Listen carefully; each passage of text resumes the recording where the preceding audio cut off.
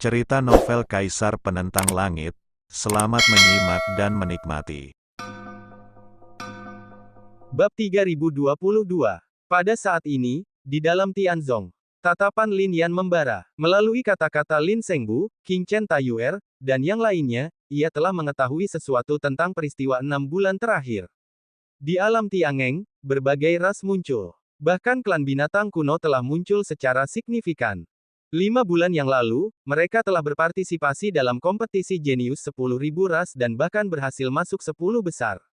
Lalu ada klan darah. Klan darah saat ini luar biasa kuat, metode mereka kejam, dan mengerikan, dan ras lain tidak berani memprovokasi mereka dengan mudah. Wosh! Pada saat itu, seberkas cahaya memancar dari luar pegunungan Tianzong, memicu pembentukan sekte. Siapa? Sebuah suara terdengar, dan seorang murid Tianzong memusatkan perhatiannya dan berteriak. Petik 2. Ini aku. Sebuah suara yang sangat familiar bagi Lin Yan bergema. Pohon tua. Lin Yan berbicara. Seketika, pohon petir muncul, auranya agak mengingatkan pada anggota klan darah. Namun, setibanya di lokasi ini, tubuhnya bergetar, seketika menghancurkan sebuah rune, dan aura klan darah pun lenyap sepenuhnya. Petik 2.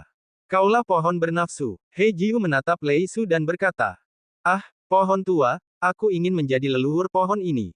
Jangan hina reputasiku di siang bolong. Siapa di dunia ini yang sesuci aku?" kata Lei Su.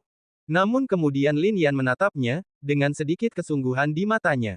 "Lin Yan, aku tahu kau masih hidup. Pasti kau yang menyerang." Setelah bertahun-tahun tak bertemu, Lei Su merasa gembira. Namun kini, kesungguhan di matanya semakin kuat. Ia kemudian berkata, singkat cerita, klan darah, terutama sekte darah, akan menyerang Tianzong dan bahkan seluruh umat manusia di wilayah kekaisaran. Apa? Ekspresi Lin Sengbu, King Chen, dan yang lainnya tiba-tiba membeku. Sekte darah, menyerang Tianzong, adalah hal yang wajar. Tetapi menyerang seluruh umat manusia di wilayah kekaisaran juga. Kapan? Tanya Lin Yan. Seharusnya segera. Aku khawatir perintah sekte darah sudah dikeluarkan dalam 2 hari terakhir. Lei Su berkata, selama ini, Wan Xiaozi dan aku telah belajar banyak dari klan darah dan klan es. Kekuatan klan darah sungguh tak terbayangkan. Klaim klan darah untuk menguasai separuh alam Tiangeng sungguh mencengangkan. Jika klan binatang kuno tidak turun tangan, dan faksi-faksi kuno lainnya tidak bertempur, hanya sedikit sekte yang bisa melawan. Wus! Pada saat itu, sosok lain muncul, mendarat di pegunungan Tianzong. Wan Juetian telah tiba. Melihat Lin Yan, ia juga sama terkejutnya, tetapi kemudian ekspresinya berubah serius. Berita yang dibawanya hampir identik dengan Lei Su. Perbedaannya adalah pesan Lei Su adalah tentang klan darah yang mengambil tindakan, sementara pesan Wan Juetian tentang klan es. Tampaknya klan darah dan klan es siap menyerang Tianzong dan seluruh umat manusia di wilayah kekaisaran, berusaha melepaskan sungai darah. Klan darah dan klan es sama-sama makhluk yang kuat. Jika mereka bergabung, Lin Sengta, Yuer, dan yang lainnya saling bertukar pandang, tatapan mereka dingin.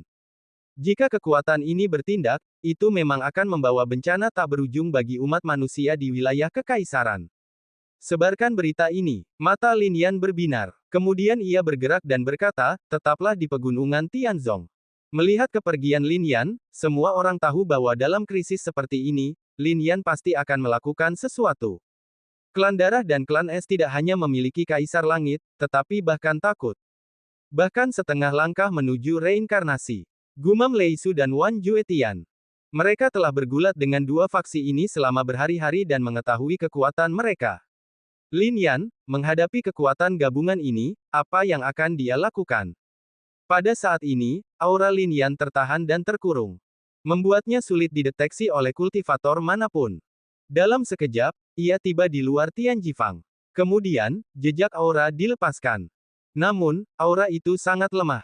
Hanya Kaisar Surgawi yang bisa merasakannya. Petik 2. Masuk. Dari lantai tertinggi Tianjifang, sebuah napas dilepaskan, dan suaranya langsung terdengar oleh Lin Yan. Mendengar ini, senyum tersungging di bibir Lin Yan. Hanya Kaisar Surgawi yang bisa merasakannya. Jelas, guru tua itu telah mencapai level Kaisar Surgawi. Wus! Seperti seberkas cahaya, Lin Yan melewati kehampaan dan melangkah ke lantai tertinggi. Di sana, guru tua itu, Ling Dao, berdiri. Lin Yan menatap mereka, merasakan aura itu, dan mendesah. Keduanya sudah menjadi kaisar surgawi. Sebelumnya, Lin Yan mungkin akan terkejut. Namun, dalam teks kuno klan Lin, Lin Yan telah melihat nama 18 kaisar surgawi, dan bahkan melihat sosok mereka di alam roh 10.000. Oleh karena itu, Lin Yan tidak terkejut dengan kultivasi kaisar surgawi. Klan darah dan klan es akan menyerang umat manusia. Tanpa basa-basi lagi, Lin Yan berkata, "Kami mengerti." Biksu tua itu hanya mengangguk, tetapi sedikit kesungguhan terlihat di matanya.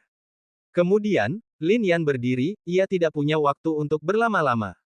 Tepat saat hendak pergi, ia menatap biksu tua dan Ling Dao, "Apakah kalian melihat kakak tertua saya selama ini?" Ling Dao dan biksu tua itu menghela napas dalam-dalam dan menggelengkan kepala. Lin Yan menarik napas, tersenyum kecut, dan dengan sekejap tubuhnya, ia benar-benar menghilang.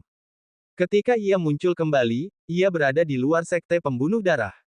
Sudah bertahun-tahun sejak Lin Yan berada di sini. Mungkinkah sekte pembunuh darah telah berubah sekarang?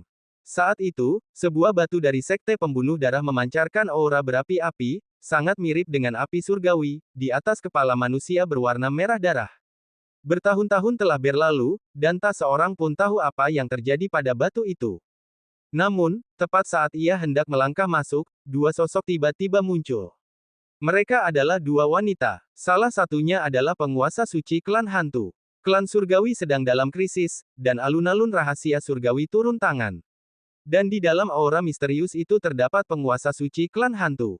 Ada wanita lain, gadis piton. Permaisuri wanita pertama klan Piton Api, kekuatannya telah mencapai sisi lain, dan auranya sungguh luar biasa.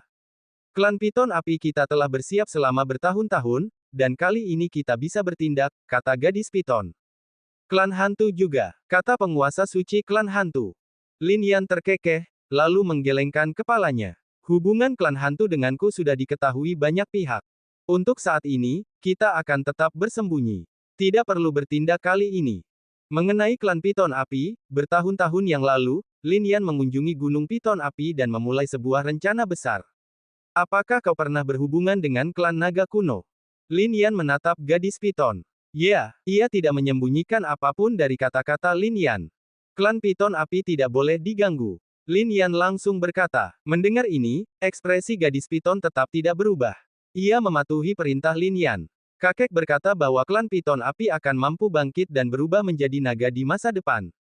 Mereka akan menjadi pedangmu. Kemanapun kau menyerang, klan Piton Api tidak akan ragu. Gadis Piton menatap Lin Yan dan berkata, poin ini tidak akan berubah bahkan setelah bertahun-tahun.